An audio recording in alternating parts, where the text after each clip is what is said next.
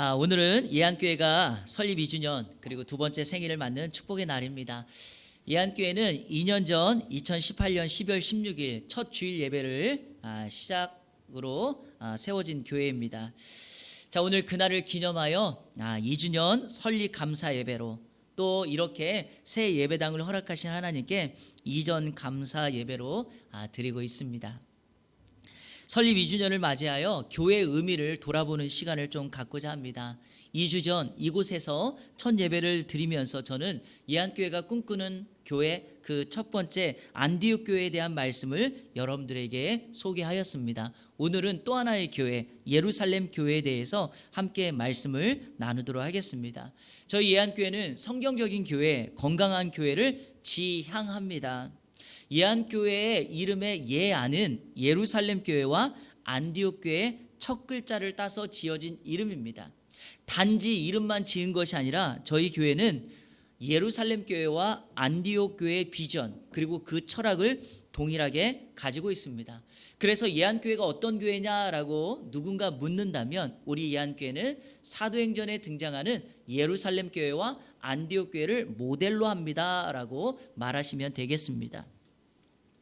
한국 기독교가 이 땅에 들어온 초기에 기독교는 다른 어떤 종교보다 사회에 지대한 영향을 끼쳤습니다. 영혼 구원을 위해서 교회를 세운 것뿐만이 아니라 문명을 퇴치하기 위하여 학교를 세웠고요.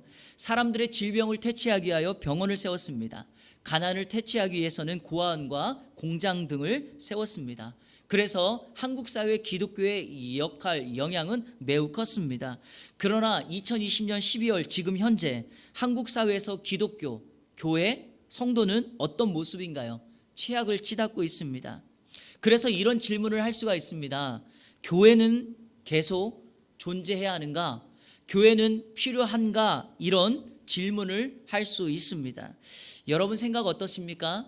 교회가 계속 필요하다라고 생각하십니까? 아니면 이제 사회에 손가락질을 당하고 조롱과 비난을 당하고 있기에 교회는 더 이상 존재할 필요가 없다라고 생각하십니까? 저의 답은 이러합니다. 악한 상황 속에서도 교회는 반드시 필요하다라는 것입니다. 왜냐하면 세상을 변화시키고 세상을 축복하기 위하여 예수님께서 친히 세우신 공동체가 바로 교회이기 때문입니다. 그래서 교회는 예수님의 꿈이며 세상의 유일한 희망, 세상의 대안입니다. 예수님께서 이 땅에 오신 사명, 목적이 두 가지인데요. 하영조 목사님은 늘 이것을 강조하시면서 이렇게 말합니다. 첫 번째, 예수님은 이 땅에 십자가를 지기 위하여 오셨다는 것입니다. 십자가에 달려 죽으심으로 이 땅에 영혼 구원을 이루셨다. 자, 또 하나의 이 땅에 오신 목적이 있는데 그것은 바로 교회를 세우는 것이었다. 예수님은 십자가를 지시기 위하여 교회를 세우기 위하여 이 땅에 오셨다 강조합니다. 그렇게 우리는 오늘 두 가지를 회복해야 됩니다. 첫 번째, 교회를 다시금 건강하게 해야 합니다.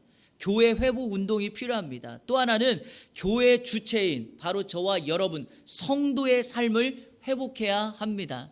교회가 욕을 먹는 것은 엄밀하게 말해서 교회 자체가 아니라 그 교회 주체 역할을 하고 있는 성도들의 바른 삶이 무너졌기 때문입니다.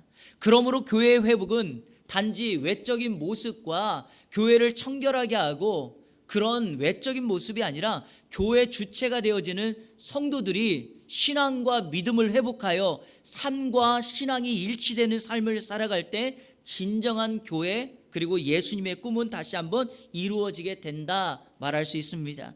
자, 그래서 오늘 이것을 위하여 설립 2주년 그리고 성전 이전 감사 예배를 드리는 우리 교회가 예안교회가 예루살렘 교회를 살피며 그 예루살렘 교회가 가지고 있었던 신앙의 원리, 그의 건강성을 다시 한번 살펴보고 우리 교회가 그 길을 따라가기를 소원합니다.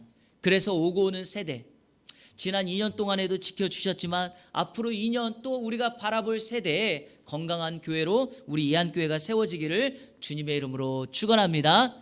예루살렘 교회는 어떤 교회인가? 첫째로 예루살렘 교회는 전도로 세워진 교회입니다. 한번 따라 볼까요? 전도로 세워진 교회. 예수님의 승천을 목도한 120명의 사람들은 예수님께서 승천하시면서 예루살렘을 떠나지 말고 아버지께서 약속하신 것을 기다리라, 이 명령에 따라 마리아의 집에 들어가 그곳에 있는 다락방에 올라가 기도하기 시작하였습니다. 기도한 지 약 10일이 지났을 즈음 오순절 절기가 이르렀을 때 성령님께서 불처럼 바람처럼 그 다락방에 임하게 됩니다. 그곳에 모여있던 120명의 사람들은 강력한 성령의 충만을 경험하게 됩니다. 그들이 성령을 경험하고 난 이후에 했던 첫 번째가 무엇이었는가? 바로 사람들에게 담대하게 복음을 전하기 시작합니다. 자, 사도들이 중심으로 전했던 복음 전파를 듣고 사도행전 2장 11절에 보니까 복음을 들었던 사람들이 이렇게 말합니다. 우리가 다 우리의 각 언어로 하나님의 큰 일을 말함을 듣는도다. 사도들이 성령 충만하여 전했던 복음의 내용이 뭔가? 하나님의 큰 일을 말함이라는 것입니다. 심지어 베드로가 사도행전 2장 14절에서 이렇게 말합니다. 베드로가 11사도와 함께 서서 소리를 높여 이르되 유대인들과 예루살렘에 사는 모든 사람들아, 이 일로 너희에게 알게 할 것이 내 말에 귀를 기울이라. 숨어 지냈던 그들이 담대하게 복음을 전하기 시작합니다. 사실 이들은요, 누구였냐면 자신들이 따랐던 스승이 십자가에, 그것도 신성 모독으로 십자가 처형을 당해서 혹시 그 후환이 자신들에게 미칠까봐 두려워서 숨어서 기도했던 사람들입니다. 드러내서 있었던 사람들이 아니라 숨어 있었던 사람들이었는데 그들에게 성령이 임하자 그들이 담대함이 생기게 되었고 복음을 전하게 되었습니다. 그 결과 바로 예루살렘 교회가 탄생하게 되었습니다. 예루살렘 교회가 어디에서 시작되고 어떻게 탄생되었는가? 예루살렘 교회는 마리아의 집에 있는 우리가 소위 알고 있는 마가의 다락방에서, 그리고 기도하고 하나님의 약속한 것을 기다렸던 성령 받은 사람들에 의해서, 그리고 그들이 전도하여 세워진 교회가 바로 예루살렘 교회이며, 그래서 예루살렘 교회의 시작을 말할 때마다 성령 충만한 사람들에 의하여 전도에 의해서 세워졌다라고 말을 합니다. 저는 우리 예안교회가 여러분 모두가 성령 충만하여 늘 전도하는 교회가 되어서 예안교회의 견고함을 이루는 저와 여러분들 되시기를 주님의 이름으로 축원합니다. 여러분, 언제나 전도의 현장에는 사람이 중심입니다. 오늘 본문에는 베드로가 중심이죠. 부흥의 현장, 은혜에 일으키는 그 현장에는 하나님의 사람이 있습니다. 사랑하는 성도 여러분, 여러분들이 어디에 서 있든지, 어느 가정, 어느 공동체에 있든지 여러분을 중심으로 은혜가 흘러가야 됩니다. 사도행전에 등장하는 예루살렘 교회는 사도들을 중심으로 하여 성령 받은 사람들에 의하여 항상 그들이 있던 곳에서 하나님의 은혜가 흘러갔습니다. 바로 그러한 교회가 예루살렘 교회였고, 그런 베드로는 가는 곳마다 복음을 전하기 시작합니다. 자, 사도행전 2장 38절 다 같이 한번 읽어볼까요? 시작. 베드로가 이르되 너희가 회개하여 각각 예수 그리스도의 이름으로 세례를 받고 죄 사함을 받으라. 그리하면 성령의 선물을 받으리니. 아멘. 정말 강력하고 간결한 복음의 메시지입니다. 자, 그리고 41절에 이런 결과가 나타납니다. 그 말을 받은 사람들은 세례를 받음에 이날의 신도의 수가 3,000이나 더하더라. 자, 그 말이 어떤 말입니까? 베드로가 전한 말, 복음을 들었던 사람들 중에 3,000명이 회개하고 세례를 받았다, 이렇게 말합니다. 단순히 베드로의 복음의 내용을 들은 사람들이 3,000명이 아니라 그 복음의 메시지를 들은 사람들 가운데 3,000명이 예수님을 믿기로 결단했고 세례를 받아 교회의 일원이 되었고 예루살렘 교회 성도가 되었다라는 것입니다. 그리고 여러분, 후에는요, 베드로가 복음을 전했더니 5,000명이 죽게 돌아오는 역사가 일어납니다. 자, 사도행전 4장 4절 그 말씀을 이렇게 표현합니다. 말씀을 들은 사람 중에 믿는 자가 많으니 남자의 수가 약 5,000이나 되었더라. 여러분, 3,000명, 5,000명이 죽게 돌아옵니다. 우리가 본문에서 주목할 내용이 하나가 있습니다. 바로 이 숫자의 표현이 남자만을 표현했다는 것입니다. 당시 신뢰할 만한 학자들에 의하면 예루살렘 지역의 인구수가 전체 아이까지 다 포함해서 당시 인구가 8만 명 정도라고 말합니다. 그런데 여러분, 성경에서 숫자를 표현할 때는 거의 대부분 남성을 표현하는 거거든요. 그런데 이 숫자를 포함할 때는 늘 적어도 아내, 최소한의 자녀 2명을 포함시켜서 거기에 4배수를 합니다. 예컨대 애굽을 탈출한 이스라엘 백성들의 숫자를 성경에 보면 장정만 60만 명이라고 말하죠. 그런데 우리가 출애굽한 이스라엘의 백성들을 60만이라고 말하는 사람은 한 사람도 없죠. 거의 대부분이 약 200만 명 이상이라고 말을 합니다. 그 이유가 어떻게 이렇게 산출된 겁니까? 그 숫자가 바로 남성의 아내, 적어도 2명의 자녀죠. 우리가 잘 알고 있는 오병이어의 기적은 5천 명이 먹고 12광주리가 남았다는 기적 사건을 듣습니다. 그러나 여러분 5천 명만 먹었습니까? 아니죠. 2만 명 정도가 먹었다고 말합니다. 왜냐하면 여기서 말하는 5천 명은 남성이니까요. 그러니까 오늘 본문도 마찬가지입니다. 3천 명이 예수를 믿고 돌아왔다는 것은 거의 약 12,000명이며 5천 명이 예수를 믿었다는 것은 2만 명 정도를 말을 합니다. 예루살렘 인구가 8만 명이라고 한다면 그 숫자의 절반이 50%가 성령 충만을 경험한 사도들을 중심으로 하여 복음을 전했던 그 사람들에 의하여 예수를 믿는 놀라운 부흥의 역사가 일어나게 됩니다. 그래서 예루살렘 교회는 빠른 시간 내에 초대형 교회가 되었다라는 것입니다. 그 일이 바로 전도로 가능해졌다라는 것이죠. 제가 예루살렘 교회를 보며 꿈꾸는 것은 제가 우리 교회가 이제 이곳으로 왔으니까 금천구의 50%, 독산동의 50%, 인구의 절반을 책임지자. 그래서 우리 예안교회가 빨리 부흥하여 큰 일을 이루자. 저는 그렇게 꿈꾸지 않습니다. 제가 주목하는 것은 뭐냐? 예루살렘 교회가 전도로부터 시작했다는 것입니다. 예안교회가 무엇으로 시작해야 되는가? 여러분들이 성령 충만함을 받아 한 영혼을 귀하게 여기는 그 일로부터 우리 예안교회는 여러분들은 출발하게 됩니다.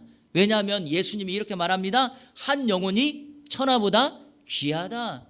그러므로 우리 예안교회는 전도로 세워진 예루살렘 교회처럼 이렇게 한 영혼을 최선을 다하여 섬기며 한 영혼을 주님께 인도하는 그런 전도로 세워지는 예안교회가 되기를 주님의 이름으로 축원합니다. 예루살렘 교회는 둘째로 훈련으로 세워진 교회입니다. 한번 따라해 볼까요? 훈련으로 세워진 교회. 42절을 보니까 이렇게 시작합니다. 그들이 3,000명의 사람들이 예수를 믿고 돌아온 사람들입니다. 그들이 사도의 가르침을 받아 이렇게 말합니다. 성도로서 예수를 믿기로 시작했다면 그들이 해야 될 일이 무엇인가? 바로 하나님의 말씀을 배우는 것입니다. 이들은요 하나님의 말씀을 배웠습니다. 신앙의 여정에서 그 출발이 하나님의 말씀을 배우는 것이라고 하는 것은, 왜냐하면 우리의 믿음이 신앙의 뿌리를 세우는 것이 말씀이기 때문에 그러합니다. 내 신앙의 뿌리를 말씀으로 세울 때 우리는 흔들리지 않을 것입니다. 그리고 내 신앙의 성장을 이루기 위하여 말씀을 계속해서 배워나가면 마치 그 나무가 열매를 맺고 영양분이 있어서 쓰러지지 않는 것과 같습니다. 2020년 올해 연초에 목회 데이터 연구소에서는요 성도들을 대상으로 몇 가지 설문조사를 했는데, 제가 그 설문조사를 보면서 제 마음속에 들어왔던 질문이 있었습니다. 2가지 질문인데 이런 질문이 있었어요. 당신은 교회로부터 어떤 도움을 받기 원하는가? 이거 성도에게 물은 것입니다. 2번째, 교회가 가장 중요하게 해야 할 일은 무엇인가? 답을 1번, 2번, 3번 여러 가지가 있었습니다. 놀라운 사실은요 이 2가지의 질문에 대한 1번, 첫 번째 답이 같았다는 것입니다. 성도들이 교회로부터 어떤 도움을 받기 원하는가? 성도들은 이렇게 이야기를 했습니다. 1번으로 성경을 배우기 원한다. 2번째, 교회가 가장 중요하게 해야 될 일은 무엇인가? 사람들이 이렇게 말을 했습니다. 성경을 가르치는 것이 교회의 할 일이다. 여러분 이걸 뒤집어 볼까요? 성도들이 교회에서 성경을 배우지 못한다는 것이죠. 교회는 성도들에게 성경을 제대로 바르게 가르치지 않는다는 것입니다. 물론 개 중에는요 바르게 하는 교회도 많습니다. 그럼에도 왜 이런 답을 성도들이 했을까요? 제가 생각해 보건대 교회가 마치 세상의 기업처럼 몸집을 불리는 외적 성장에 그것에 집중했기 때문입니다.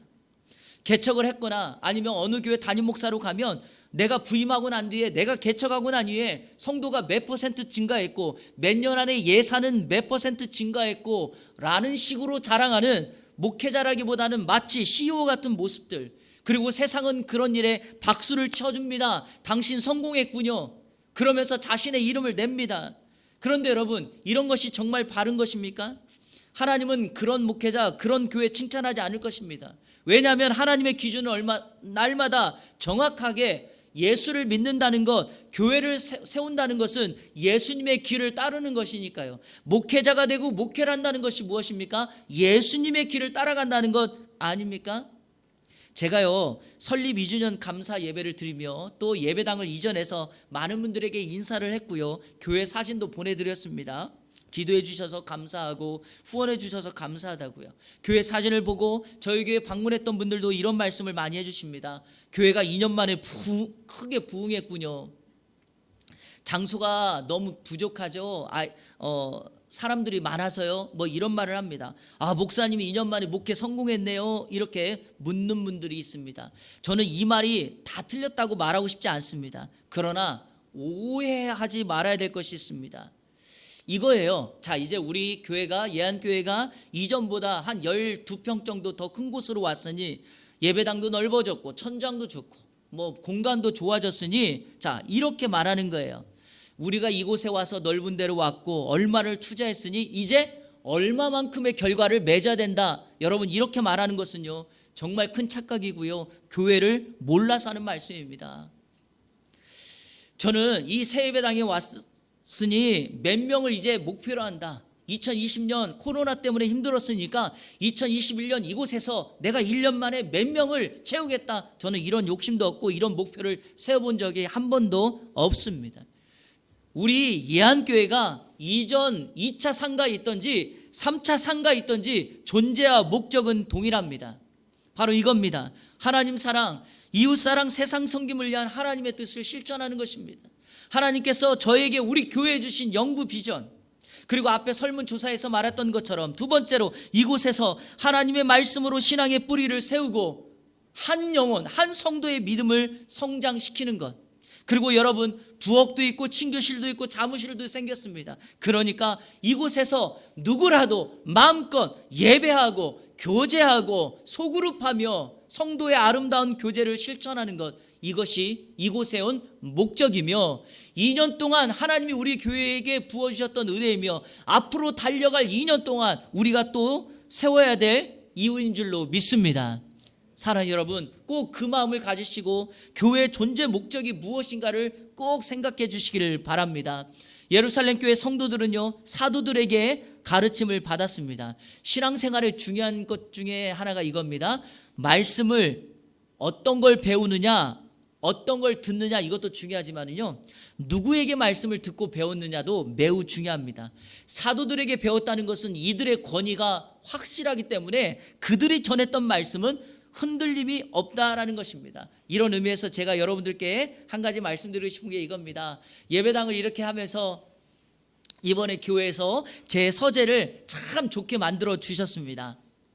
왜냐하면 이전에 예배당에서 제 서재는요, 서재 겸 친교실 겸 식당 겸 부엌 겸 다 했거든요. 그런데 이번에는 정말 아늑한 서재를 만들어 주셨습니다. 지난 월요일부터 계속 교회 와서 설교를 준비하고 말씀을 읽는데 너무 감사하더라고요. 제가 그러면서 오늘 말씀을 준비하면서 이런 생각을 했습니다. 제 서재를 만들어주신 여러분들께 감사드리며, 그런 의미에서 사도들에게 가르침을 받은 예루살렘 교회 성도들의 그 권위가 있었던 것처럼 제가 그곳에서 말씀을 묵상하고 독서를 하고 설교를 잘 준비하여서 제가 전하는 하나님의 말씀이 하나님의 음성으로 여러분에게 전달되고 전해지기를, 그런 노력을 할 것입니다. 여러분, 함께 이곳에서 예루살렘 교회 같은 말씀 훈련 잘 감당하시는 은혜가 있기를 주님의 이름으로 축복합니다. 예루살렘 교회는 셋째로 교제로 세워진 교회입니다. 한번 따라해 볼까요? 교제로 세워진 교회. 자, 우리 42절을 다 같이 읽겠습니다. 시작. 그들이 사도의 가르침을 받아 서로, 아멘. 예루살렘 교회 성도들이 사도의 가르침을 받은 이후에 성경에 보니까 서로 교제했다 이렇게 말합니다. 여러분, 교제했다는 말이 무엇입니까? 헬라 말로 코이노니아, 많이 들어보셨겠죠? 이 뜻은 참여, 동료의식, 나눔이란 뜻입니다. 자, 성경에서 사용하는 교제라는 말을 가장 잘 설명하기 위하여 영어 단어로 제가 여러분들에게 설명해 드리겠습니다. 교제라는 영어 단어 fellowship인데요. 이 fellowship이라는 말은 fellow, 동료라는 말과 ship, 배라는 말이 합쳐져서 만들어진 단어입니다. 그러니까 여러분, fellowship, 교제가 무슨 뜻입니까? 내가 동료와 함께, 친구들과 함께, 일원과 함께 뭐 하는 거죠? 배를 타고 간다는 거예요. 여러분, 한 배 타고 있으면 같은 방향으로 갑니다. 한 배 타고 있으면 목적지가 같습니다. 한 배 타고 있다는 것은 생명의 공동체라는 것입니다. 그래서 교제한다는 것은 무엇일까요? 우리 모든 교회 구성원들이 하나의 공동체, 생명의 공동체가 되었다라는 것입니다. 고사성어에 동주상구라는 말이 있습니다. 동주상구 들어보셨습니까? 같은 배를 탄 사람끼리 서로 돕는다는 뜻으로 같은 운명이나 처지에 놓이면 아는 사람이나 모르는 사람이나 서로 돕게 됨을 이루는 말. 제가 이 고사성어를 보면서 이게 바로 교제다. 이게 바로 교회의 능력이다. 왜요? 아는 사람이나 모르는 사람이나 한 배에 타고 있으면 서로를 돕게 됩니다. 여러분, 교회 구성원이 되었다는 것은요, 출신, 배경, 신분, 빈부, 성별 다 다르지만 예수 그리스도를 중심으로 예수 그리스도라는 배에 함께 타고 있으며 약한 사람을 돕고 섬길 수 있는 능력이 있는 것 아니겠습니까? 저는 이런 의미에서 우리 예한교회가 참된 교제를 이루는 그런 교회 되기를 축복합니다. 그런데 성경에서 참된 교제를 이루기 위한 원리 두 가지를 우리에게 가르칩니다. 하나는 예수님의 희생을 기억하라는 것입니다. 예수님의 희생을 기억하십시오. 오늘 본문 42절에 뭐라고 말합니까? 떡을 떼며 그랬죠. 초대교회에서 떡을 뗀다는 말은 성찬식입니다. 여러분, 성찬식이 무엇입니까? 예수님께서 죽기 전, 십자가에 달리시기 전 다락방에서 마지막 만찬을 하면서 이것을 받아 먹으라, 떡을 떼며 뭐라고 말합니까? 이것은 내 몸이다, 내 살이다. 포도주를 주면서 뭐라고 말합니까? 이것은 너희를 위하여 흘리는 나의 피, 곧 언약의 피다. 결국에 떡을 뗀다는 것, 성찬식을 한다는 것은 무엇입니까? 나의 죽음을 너희가 기억하라는 것입니다. 성도 여러분, 예수 그리스도의 구속의 은혜, 십자가의 그 죽으심을 기억하면 우리는 능히 교제할 수 있습니다. 자, 참된 교제를 위하여 또 하나 기도하는 것입니다. 자, 42절 하반절에 보니까 오로지 기도에 힘썼다 그랬죠. 성도 여러분, 나를 위한 기도가 아니라 나와 함께 신앙생활하고 있는 성도들을 위하여, 타인을 위하여 기도하기 시작하면, 중보하기 시작하면 그 공동체는요, 진정한 천국의 초대교회와 같은 교제를 이루는 아름다운 교회가 될 줄로 믿습니다. 여러분에게 사진 몇 장 보여드릴게요. 여러분, 이 장소가 원래 이랬던 장소예요. 사진 보이십니까? 텅 비어 있었어요. 이 장소를 계약하고 왔는데 먼지 구덩이에 막 난리가 아니었습니다. 자, 그런 장소에 공사를 하기 시작했더니 이렇게 뼈대가 세워지기 시작하죠. 보입니까? 예. 인건비를 조금 덜 낮춰보겠다고 일도 못하는 저, 그래도 조금 경험이 있는 이중원 목사님과 함께 아침 8시부터 저녁 6시까지 함께 출퇴근을 하며 아무튼 2주 가까이를 공사를 했습니다. 자, 그랬는데요, 이렇게 예배당이 꾸며졌을 때 이렇게 예배할 수 있었던 이유가 무엇입니까? 12월 5일 토요일에 우리 집사님들 나와주셔서 뭐하고 있죠? 지금 바닥에? 먼지를 다 수세미로 긁은 거예요. 그래서 지금 이 바닥이 이렇게 하얗게 된 거예요. 그리고 오후 4시부터 우리 남자 집사님도 오셔가지고 의자부터 제 서재 책 때문에 고생을 많이 했는데 이사를 한 거예요. 그리고 나는 단체 사진 이렇게 찍었습니다. 자, 그렇게 하고 났더니 마침내 이곳이 이렇게 아름다운 예배당이 되었습니다. 곳곳에 장소가 보이시나요? 예, 여러분, 우리 교회는요 보통 교회가 아닙니다. 여기서 순복음교회가 있는 게 다 있어요. 사무실 있죠, 목양실 있죠, 친교실 및 새가족실 있죠, 부엌이 있죠. 여러분들이 모르는 장소가 하나가 있어요. 방송실도 있어요. 숨겨진 예배당이 있죠. 여러분, 어떻게 가능했냐고요? 성도들이 함께함으로, 교제함으로, 동료의식을 가짐으로, 참여함으로 이 일이 가능했다는 것입니다. 교회란 혼자가 되는 곳이 아닙니다. 그래서 예루살렘 교회는 성도들이 교제하였고, 그런 예루살렘 교회처럼 우리 예한교회가 교제로 세워지는 그런 교회로 세워지기를 주님의 이름으로 축원합니다. 예루살렘 교회는 넷째로 봉사로 세워진 교회입니다. 한번 따라합시다. 봉사로 세워진 교회. 오늘 본문 말씀 44절 45절 두 절을 같이 읽겠습니다. 믿는 사람이 다 함께 있어 모든 물건을 서로 통용하고 또 재산과 소유를 팔아 각 사람의 필요를 따라 나눠주며, 사람들이 성도들이 물건을 서로 통용했다 말합니다. 여기 통용하다는 말은 공동의 것으로 여긴다, 즉 자신의 것이라 주장하지 않았습니다. 그리고 누군가의 필요가 생기면 재산과 소유까지 팝니다. 이거는 여러분 절대로 누군가 시켜서 할 수 있는 일이 아닙니다. 그러기에 오늘 성경은 이렇게 말합니다. 믿는 사람이, 이 일은요 믿는 사람만 가능합니다. 실질적으로 사회 역사에 보면 칼 마르크스라는 말이, 이 사람이 사회주의자, 공산주의자였는데, 이 사람은 나라의 모든 사람들의 재산을 균등하게 균형을 잡아서 살자라는 그 사회주의자 아니었습니까? 그런데 여러분 왜 실패했습니까? 여러분 강제로는 안 돼요. 이거는 자원해야 됩니다. 그러니까 사회주의자 이렇게 실패하고 만 것이죠. 믿는 사람들이 가졌던 섬김은, 나눔은, 봉사는 언제나 자원함입니다. 누가 시켜서 하는 일이 아닙니다. 이런 일이요 사도행전 역사에 보니까 또 한 번이 일어납니다. 자, 사도행전 4장 32절 제가 읽어볼게요. 믿는 무리가 한 마음과 한 뜻이 되어 모든 물건을 서로 통용하고 자기 재물을 조금이라도 자기 것이라 하는 이가 하나도 없더라. 여러분, 사도행전에 있었던 이 두 번의 역사가 이후에는요 나타나지 않습니다. 우리는 여전히 지금도 예수님을 잘 믿고 있고요, 복음을 전하고 있고요, 예루살렘 교회와 안디옥 교회와 초대교회와 같은 건강한 교회를 세우고자 노력함에도 불구하고 이런 모습은 더 이상 등장하지 않습니다. 자, 그러면 우리는 원인, 이유를 찾아야 됩니다. 이후에 드러나지 않았는데 왜 예루살렘 교회는 이와 같은 일을 할 수 있었을까? 두 가지 이유가 있습니다. 첫 번째는 물질관의 변화 때문입니다. 물질관의 변화. 죄로 인하여 죽어야 했던 그 인생이 예수 그리스도의 십자가의 구속, 그리고 그 예수님을 믿음으로 살게 되었습니다. 영혼 구원의 필요성이 있었는데 예수님께서 자신의 생명을 포기하고 희생하심으로 우리의 필요를 채워주셨습니다. 여러분, 받은 은혜가 크면은요 삶이 바뀝니다. 은혜가 크니까 물질의 변화가 생깁니다. 자신의 모든 것이 내 것이 아니라 하나님의 것임을 고백합니다. 그랬더니 물질에 대한 개념이 구약적으로 바뀝니다. 어떻게 해요? 내가 가진 물질 중에 타인의 몫이 있구나라는 것을 고백하게 됩니다. 이 물질로 더 이상 자신의 유익과 만족을 아니라 하나님의 영광을 위한 삶을 살게 됩니다. 제가 설교를 준비하고 책을 읽다가 이런 말이 있더라고요. 한번 읽어볼까요? 내가 가진 물질은, 시작, 내가 가진 물질은 종착역이 아니라 환승역이다. 이런 말을 좀 사용할 수 있어야 되지 않을까요? 멋진 말이죠. 내가 가진 물질은 종착역이 아니라 환승역이에요. 환승역이라는 것이 무엇입니까?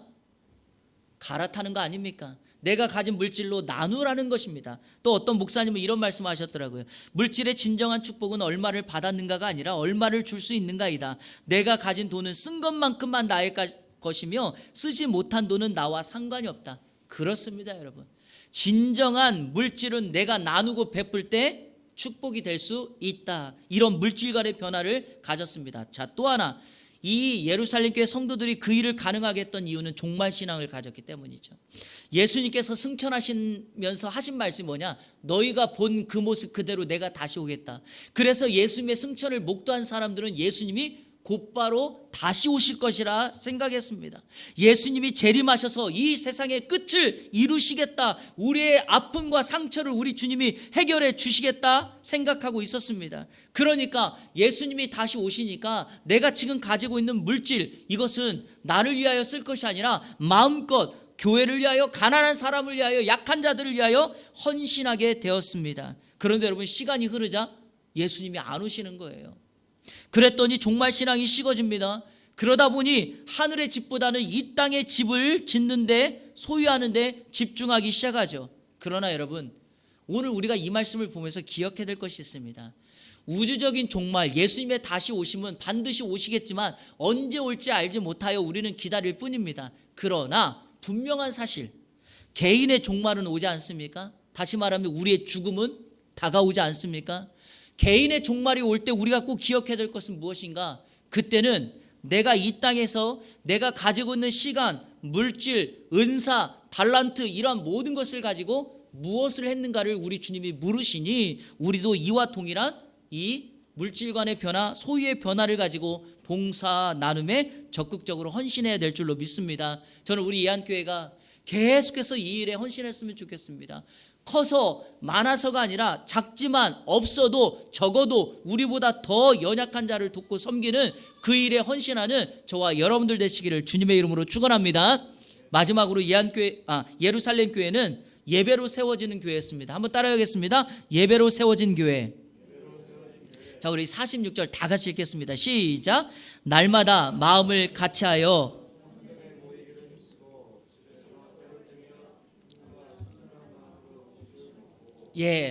예루살렘 교회 성도들의 일상의 패턴, 삶의 모습을 소개합니다. 매일 그들은 한 마음으로 성전에 모였고 집에 모였습니다. 여러분, 성전에 모였다는 것은 성전 예배, 예배당 예배를 말하고요. 집에 모였다는 것은 삶의 예배입니다. 그러므로 우리가 집중해야 될 것은 예배당 예배와 삶의 예배 균형을 이루어야 됩니다. 이게 놀라운 것은 한 번, 두 번 모일 수 있어도요, 매일 모이는 것은 힘들어요. 그리고 몇 사람이 마음을 일치시킬 수는 있겠지만 다수가 마음을 모은다는 건 쉬운 일이 아닙니다. 어찌 보면 거의 불가능한 일일 수 있습니다. 그런데 여러분, 그 불가능한 일 같은 일을 예루살렘 교회가 해내고 있습니다. 왜 그랬을까요? 왜냐하면 모이는 것 자체가 중요한 것이 아니라 이들에게 핵심은 예배였기 때문입니다. 예배당에 있든지 가정에 있든지 누구를 만나든지 말로 행동으로 삶의 예배를 했다는 거죠. 자, 그 모습을 47절에 하나님을 찬미했다 이렇게 소개합니다. 하나님을 찬송하고 하나님을 예배한 것이 그들의 삶의 패턴이었습니다. 자, 말씀을 정리하면서 결론적으로 47절에 이들이 하나님을 찬미하며 영광을 돌렸더니 그 결과가 무엇인가? 47절 말씀을 제가 읽겠습니다. 하나님을 찬미하며 또 온 백성에게 칭송을 받으니 주께서 구원받는 사람을 날마다 더하게 하시니라. 이스라엘 공동체, 생명의 공동체였던 예루살렘 교회는요, 하나님을 예배하는 공동체였습니다. 그들이 그렇게 살았더니 그 결과로 두 가지의 모습이 나타납니다. 첫 번째, 온 백성에게 칭송을 받았다. 여기서 말하는 온 백성은 성도를 제외한 예루살렘의 시민입니다. 그러니까 예수를 믿지 않는 사람들에게 칭찬을 받았다는 것입니다. 최근에 한국에 코로나가 계속해서 왕성하면서 최근 몇몇 대형교회가 자신들의 기도원과 수양관을 코로나19 생활치료 공간으로 지원하여서 세상 사람들로부터 칭찬을 받고 있습니다. 자, 교회가 해야 될 일이 바로 이런 거라는 거예요. 어떤 사람들은 그 기도원, 그 수양관 쓰지도 않으면서 문 닫고 있으면서 그런 사람들을 위하여 지원할 수 없다라고 팍팍 우기는 사람들이 있는데, 여러분 그러면 안 돼요. 교회는요, 이럴 때 우리가 기꺼이 사회에 흘려보낼 때 세상으로부터 칭찬받는 그 일을 해야 될 줄로 믿습니다. 자, 또 하나, 그렇게 했더니 47절 하반절에 보니까 주님께서 구원받는 사람을 날마다 더하게 하셨다. 저는 이 말씀을 보면서 이 말씀을 붙들고 교회 성장, 교회 부흥의 원리가 무엇인가를 정확하게 정의 내립니다. 교회 부흥은 주님께서 사람을 불러주실 때 가능하다는 것입니다. 인간적인 노력과 수단이 원인이 되어 교회를 성장시키는 것은 잘못된 것이며 그런 일도 일어나지 않습니다. 이런 의미에서 제가 스스로에게 늘 질문하며 다짐하는 것이 있습니다. 예한교회를 섬기는 나는 사람들을 한번 질문 보실래요? 모으는 사람인가 아니면 모이게 하는 사람인가? 여러분, 이 질문이 여러분의 질문이어야 합니다. 나는 사람을 모으는 사람인가 모이게 하는 사람인가? 모으는 사람은 인간적인 수단과 방법을 동원합니다. 모이게 하는 것은 매력을 주고 영향력을 끼칩니다. 충격을 줍니다. 이런 의미에서 우리 예한교회는 저는 모이는 교회가 돼야 됩니다. 세상의 복음으로, 교회 능력으로 세상에 칭찬을 받게 함으로 영향력을 끼쳐서 사람들로 모이게 해야지, 인간적인 방법, 어떤 수단, 이런 것들을 통하여 사람들을 모으면 그것은 교회가 아닙니다. 왜냐? 예수님을 따랐던 사람들이 왜 돌변하여 예수님께 돌을 던지고 예수님을 십자가에 달려 죽게 합니까? 군중 심리로 따랐던 거죠. 그들은 모은 거예요. 사람들에 의해서. 기적을 보고 좋은 것을 보며. 말씀을 맺겠습니다. 설립 2주년 새예배당 이전 감사를 드리며 우리 이한교회는 예루살렘 교회를 따라가야 됩니다. 5가지의 그 성경에 등장하는 건강한 원칙, 전도, 훈련, 교제, 봉사, 예배. 이것은 교회 원리일 뿐만 아니라 여러분 성도의 삶의 원리입니다. 사람들을 인간적인 방법으로 모으는 공동체가 아니라 세상의 칭찬을 받아 영향력을 끼쳐 모이게 하는 공동체가 되기를, 그런 예한교회가 되기를 축복합니다. 함께 2년 동안 달려온 성도 여러분, 앞으로 2년 동안도 믿음으로 그리고 건강한 교회를 추구함으로 하나님 사랑, 이웃 사랑, 세상 섬김을 실천하며 축복의 통로로 살아가는 우리 모든 성도님들 되시기를 우리 주 예수 그리스도의 이름으로 축원합니다. 아멘. 우리 함께 결단에 찬양했으면 좋겠습니다. 주님 다시 오실 때까지 이 찬양인데요, 우리 찬양하면서 우리의 마음을 좀 모으고, 주님 다시 분명히 오십니다. 그때 우리는 종말 신앙을 가지고 그 주님 앞에 칭찬 듣는 사람인가, 아니면 부지불식 중에 우리 주님이 오셔서 나는 준비를 못한 사람인가, 우리 교회는 어떠한가, 늘 이것을 질문해야 합니다. 우리 이 찬양 같이 부르며 마음을 모아 결단하겠습니다.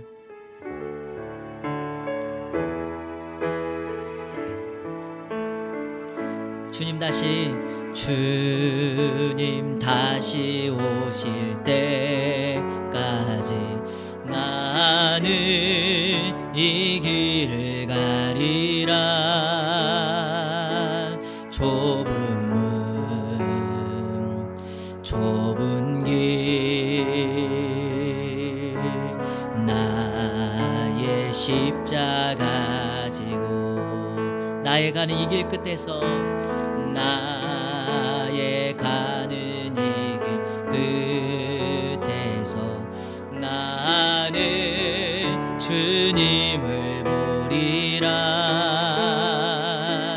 영광의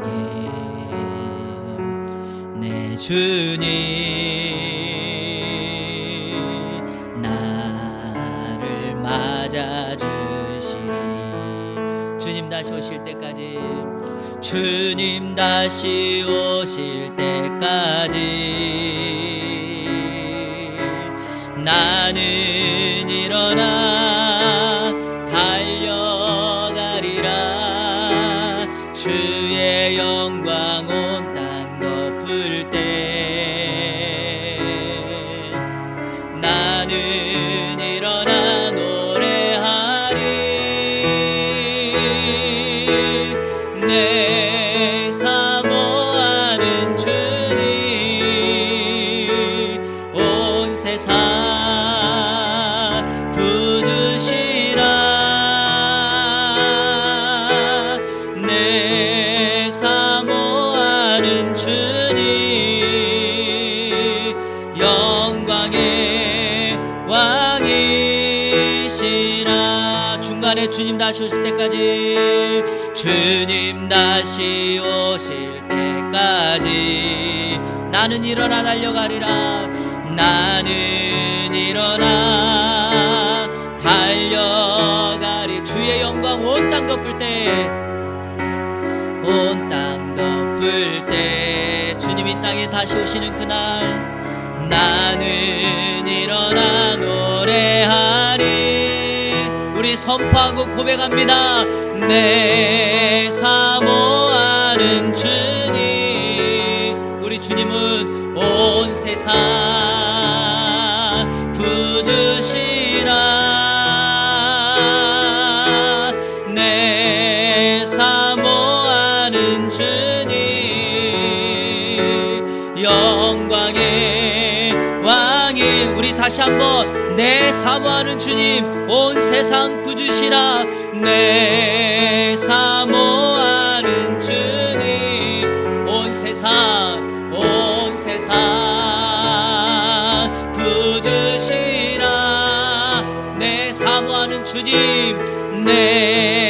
사모하는 주님, 영광의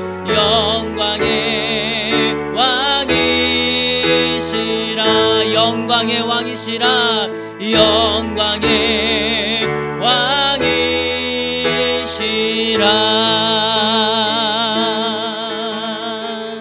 아멘. 이 시간에 함께 기도할 때 여러분, 우리 주님 다시 오십니다. 교회가 이 땅에 존재해야 될 이유는 예수님의 꿈이며 세상의 유일한 희망이며 대안이기 때문입니다.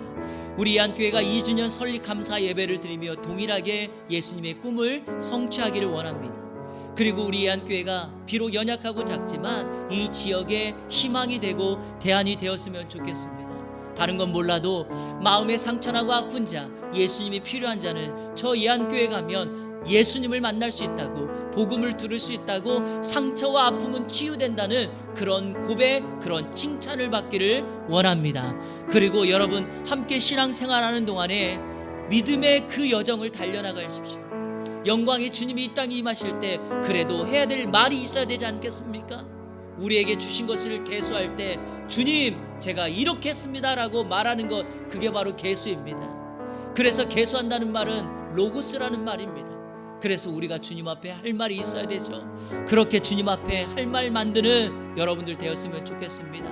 그리고 할 수만 있다면 마지막으로 우리가 이곳에서 다음 세대를 섬기며 성도의 교제를 이루며 예수가 필요한 사람들에게 주의 복음을 증거하는 그런 공동체, 앞으로 2년 그렇게 달려가도록 이 시간에 함께 기도하며 나가겠습니다. 다 같이 합심하여 기도합니다. 하나님 감사합니다. 우리 이안교회가 꿈꾸는 예루살렘 교회에 대한 말씀을 나누었습니다. 오늘 우리에게 주셨던 이 말씀처럼 예루살렘 교회와 같은 성령 충만한 사람들에 의하여서 전도하고 훈련하고 교제하고 봉사하고 예배하는, 그렇게 세워지는 교회가 우리 이안교회가 될 수 있도록 인도하여 주옵소서. 우리 주님 다시 오시는데 미련하게 서 있지 않게 하시고, 주님 오셨을 때 할 말을 갖는 사람들 될 수 있도록 인도하여 주옵소서.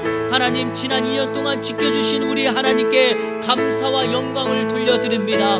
우리 성도들과 함께 앞으로 2년 또 달려나가게 하여 주시옵시고, 주님 앞에 칭찬받고 세상에 칭송받는 우리 이안교회가 될 수 있도록 인도하여 주옵소서. 세상적인 모습 따라 그 흐르에 우리가 동참하는 것이 아니라 역류하여 영향력을 끼치며 나아가는 우리 교회가 될 수 있도록 인도하여 주옵소서. 다음 세대를 섬기기를 원합니다. 죽어가는 영혼들을 섬기기를 원합니다. 이 지역사회에 예수님이 필요하고 회복이 필요하고 말씀이 필요한 영혼들을 섬기기를 원하오니 함께하여 주옵소서. 하나님, 지난 2년을 돌아봅니다. 우리 권사님부터 어린 심령에 이르기까지 교회를 위하여 충성하고 함께 예배했던 모든 사람들, 기도와 물질과 봉사와 함께함으로 함께했던 이들 우리 하나님께서 기억하여 주시고, 그들의 헌신이 천국에서 해같이 빛나게 하여 주시고, 주님의 기억된 바 되는 놀라운 역사가 있게 하여 주시옵소서. 하나님, 주님 오실 때까지 교회를 포기하지 않게 하여 주시고, 우리 이안교회가 굳건히 서서 그 사명을 감당하는 우리 교회가 될 수 있도록 인도하여 주시옵소서. 주님 감사합니다. 설립 2주년을 맞이하였고 예배당 이전 감사 예배로 영광을 돌렸습니다. 예루살렘 교회, 안디옥 교회와 같은 건강한 교회로 다시금 세워지고 굳건히 서는 이안교회가 될 수 있도록 인도하여 주시옵소서. 예수 그리스도의 이름으로 축복하며 기도하옵나이다. 아멘.